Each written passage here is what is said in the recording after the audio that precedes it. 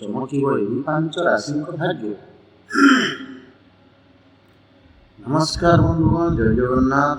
ସ୍ୱାଗତ କରୁଛୁ ଆପଣଙ୍କୁ ଆମର ଏହି ସ୍ୱତନ୍ତ୍ର ଅଧ୍ୟାୟକୁ।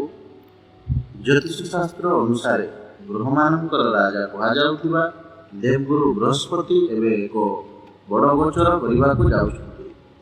ଏହି ମହାପରିବର୍ତ୍ତନ ପୁରା ଭାରତ 12 ବର୍ଷ ପରେ ଘଟିବାକୁ ଯାଉଅଛି। ବୃହସ୍ପତି ଯେତେବେଳେ ନିଜର ସ୍ଥିତି ବଦଳାନ୍ତି, ସେତେବେଳେ କିଛି ବିଶେଷ ରାଶିଙ୍କ ଭାଗ୍ୟରେ ସୁବର୍ଣ୍ଣ ସୁଯୋଗର ଆରମ୍ଭ ହୋଇଥାଏ।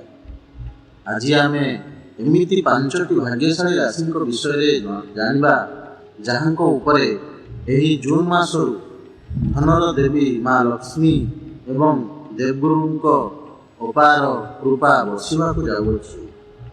ଏକ ଛୋଟ ଅନୁରୋଧ, ଯଦି ଆପଣ ମା ଲକ୍ଷ୍ମୀ ଏବଂ ମହାପ୍ରଭୁ ଜଗନ୍ନାଥଙ୍କ ଆଶୀର୍ବାଦ ପାଇବାକୁ ଚାହାନ୍ତି, ତେବେ ଭିଡ଼ିଓକୁ ଏବେ ହିଁ ଲାଇକ୍ କରି କମେଣ୍ଟ ବକ୍ସରେ ଜୟ ଜଗନ୍ନାଥ କିମ୍ବା ଜୟ ମା ଲକ୍ଷ୍ମୀ ନିଶ୍ଚୟ ଲେଖନ୍ତୁ।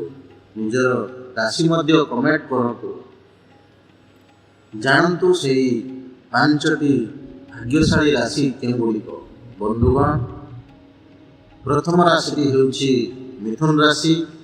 ଏହି ମହାଗୋଚର ସବୁଠାରୁ ଅଧିକ ପ୍ରଭାବଶାଳୀ ଆପଣଙ୍କ ପାଇଁ ରହିବ, କାରଣ ବୃହସ୍ପତି ଆପଣଙ୍କ ରାଶି ଅର୍ଥାତ୍ ଲଗ୍ନ ଭାବରେ ପ୍ରବେଶ କରୁଛନ୍ତି। ଶୁଭ ଫଳ, ଆପଣଙ୍କ ଆତ୍ମବିଶ୍ୱାସ ଦ୍ୱିଗୁଣିତ ହେବ, ସମାଜରେ ପ୍ରତିଷ୍ଠା ଓ ଲୋକପ୍ରିୟତା ବଢ଼ିବ। ରାଜଗାର ନୂଆ ଉତ୍ସରୁ ଟଙ୍କା ଆସିବ। ଚାକିରି କ୍ଷେତ୍ରରେ ପଦୋନ୍ନତି ମିଳିବାର ସୁଯୋଗ ସୃଷ୍ଟି ହେଉଛି। ବିଶେଷ ଯୁଗ, ଦୀର୍ଘ ଦିନରୁ ସନ୍ତାନ ପାଇଁ ଆଶା ରଖିଥିବା ଦମ୍ପତିଙ୍କୁ ଶୁଭ ଖବର ମିଳିବ। ବନ୍ଧୁଗଣ, ଦ୍ୱିତୀୟ ରାଶିଟି ହେଉଛି ତୁଳା ରାଶି। ଦେବଗୁରୁ ବୃହସ୍ପତି ଆପଣଙ୍କ କର୍ମ ଭାବରେ ଅର୍ଥାତ୍ 10ମ ସ୍ଥାନରେ ଚଳନ କରିବେ, ଯାହା କ୍ୟାରିୟର ପାଇଁ ବରଦାନ ସଦୃଶ ହେବ। କ୍ୟାରିୟର, ବେକାର ଥିବା ଯୁବକ ଯୁବତୀଙ୍କୁ ନୂଆ ଏବଂ ଭଲ ଚାକିରିର ଅଫର ମିଳିବ। ସମ୍ପତ୍ତି, ଯଦି ଆପଣ ନିଜର ଘର କିମ୍ବା ଗାଡ଼ି କିଣିବାକୁ ଚାହୁଁଥିଲେ, ତେବେ ଏହି ସମୟରେ ଆପଣଙ୍କ ସ୍ୱପ୍ନ ପୂରଣ ହେବ। ପୈତୃକ ସମ୍ପତ୍ତିରୁ ମଧ୍ୟ ବଡ଼ ଲାଭ ମିଳିପାରେ। ବନ୍ଧୁଗଣ, ତୃତୀୟ ରାଶିଟି ହେଉଛି କନ୍ୟା ରାଶି। ବୃହସ୍ପତି ଆପଣଙ୍କ ଏକାଦଶ ଭାବରେ ଗୋଚର କରୁଛନ୍ତି, ଯାହାକୁ ଆୟ ଓ ଲାଭର ସ୍ଥାନ କୁହାଯାଏ। ଆର୍ଥିକ ସ୍ଥିତି, ଆପଣଙ୍କ ଜୀବନରୁ ସମସ୍ତ ଆର୍ଥିକ ଟାଣଟୁଣ ଓ ସମସ୍ୟା ଶେଷ ହେବ।